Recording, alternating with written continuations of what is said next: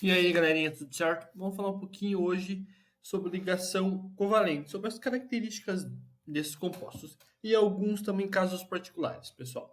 Então, propriedades dos compostos covalentes. Eles podem ser tanto sólidos quanto líquidos ou gasosos à temperatura ambiente. Lembrando que o estado físico depende da temperatura, né? Por exemplo, sólido, açúcar e celulose, tá? Exemplos bem claros. Líquido, água, gasolina são formados por ligações covalentes, também são o estado líquido. E gasosos são oxigênio e nitrogênio, por exemplo, moléculas pequenas, tá? Elas existem na fase gasosa.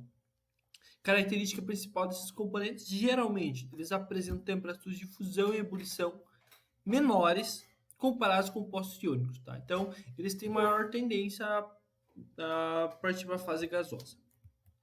Apresentam baixa condição de corrente elétrica quando puros. Exceção o grafite, que é o semicondutor, tá? Porém, pessoal, alguns ácidos fortes e meio aquosos sofrem ionização, formam íons, e aí tornam a corrente condutora. Por exemplo, o açúcar não conduz corrente elétrica. O ácido clorídrico, quando colocado em solução, conduz corrente elétrica. Isso a gente vai estudar mais para frente, tá bom? Pessoal, então olha, características principais. Eles são o contrário dos compostos iônicos, tá? Não são quebradiços como os compostos iônicos, tá bom? E não porque as forças de interação entre elas são diferentes, né? Formando moléculas discretas, como eu já falou. E agora a gente vai falar um pouquinho sobre os casos particulares da ligação covalente. A ligação, o teoria do tetra, ela vai funcionar por uma série de compostos, tá? Principalmente de compostos que tenham o carbono, o nitrogênio, o oxigênio, ali, o hidrogênio, sim. Mas existem muitos compostos que essa regra não se aplica. Por isso que ela é uma teoria, não é uma lei, tá? Existem muitos que não vai ocorrer. E aqui a gente vai falar de alguns exemplos principais. Pessoal, berílio. O berílio forma alguns compostos que ele fica estável com 4 elétrons na camada de valência, não 8. Veja bem, o intermediário. O hidrogênio fica estável com 2, porque o gás 9 mais próximo é o hélio, que tem 2. O berílio fica com 4, fica no meio termo entre o hélio e o neônio, tá? Nem meio termo. Mas assim, ele é encontrado na natureza, por exemplo, formando essa molécula aqui. BCl2. Né? E a teoria fala que aqui o berílio fica estável com 4 elétrons. Né? Os 2 elétrons que ele tira na camada de valência formam ligações com o átomo de cloro. E mais alguns também. O boro forma compostos do tipo BCl3, onde ele fica estável com 6 elétrons na camada de valência. Tá? A estrutura é parecida com isso aqui, ó, formando 3 ligações simples. Cada ligação é um par de elétrons, 2 elétrons. E também existem outros compostos de boro que ele fica estável com 6 elétrons na camada de valência. E já existem outros que a gente tem o chamado octeto expandido, que fica com mais de 8 elétrons na camada de valência. Exemplo, PCl5 e SF6. Nessas moléculas, os átomos centrais ficam com mais de 8 elétrons na última camada. No PCl5, o P, que é o fósforo, fica com 10 elétrons na camada de valência. Faltou acento aqui no fósforo. E no SF6 o enxofre fica com 12. Então aqui estão as estruturas, tá?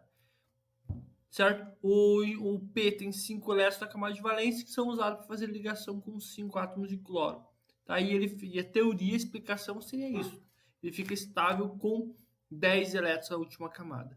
E no SF6 o enxofre faz 6 ligações, ficando com 12 elétrons na camada de valência. Os átomos periféricos aqui em volta ficam estáveis com 8, mas o átomo central fica com um número maior. Assim é chamado octeto expandido. Tá?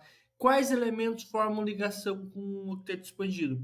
Na prática, a grande maioria do terceiro, quarto, quinto, sexto e sétimo período formam compostos com octeto expandido. Só primeiro e segundo período que não. Tá? No caso, o primeiro período só hidrogênio, né? E o segundo período não. Mas os demais, eles podem usar orbitais D para fazer essas ligações e aí podem ocorrer compostos seguindo a regra do octeto e outros que não seguem a regra do octeto, tá bom? Para terminar sobre casos particulares, essas duas moléculas aqui interessantes, elas se estabilizam com o número ímpar de elétrons na camada de valência. Faltou acento no ímpar também, tá? É um tanto estranho. No caso do NO2, o nitrogênio fica com 7 elétrons na camada de valência e no átomo de cloro também, 7 elétrons na camada de valência. São casos particulares, tá? Pessoal, o que é estranho? Geralmente os elétrons existem em pares, porque eles preenchem orbitais, mas essas moléculas ficam estáveis assim. A ligação covalente, ela tenta explicar como que é a estrutura eletrônica, a distribuição dos elétrons numa molécula que existe na natureza. Nós não, os químicos não inventaram essas moléculas. Elas existem na natureza. E aí a ligação covalente tenta explicar como que elas são formadas, tá? Por isso que tem alguns casos que vocês vão pensar, nossa, não faz muito sentido e tal. Mas são maneiras, teorias de se explicar isso, tá? E esses são os casos particulares principais. Belezinha, galera? Era isso. Esse vídeo bem curto que eu queria passar para vocês. Beleza? Até mais, até a próxima aula.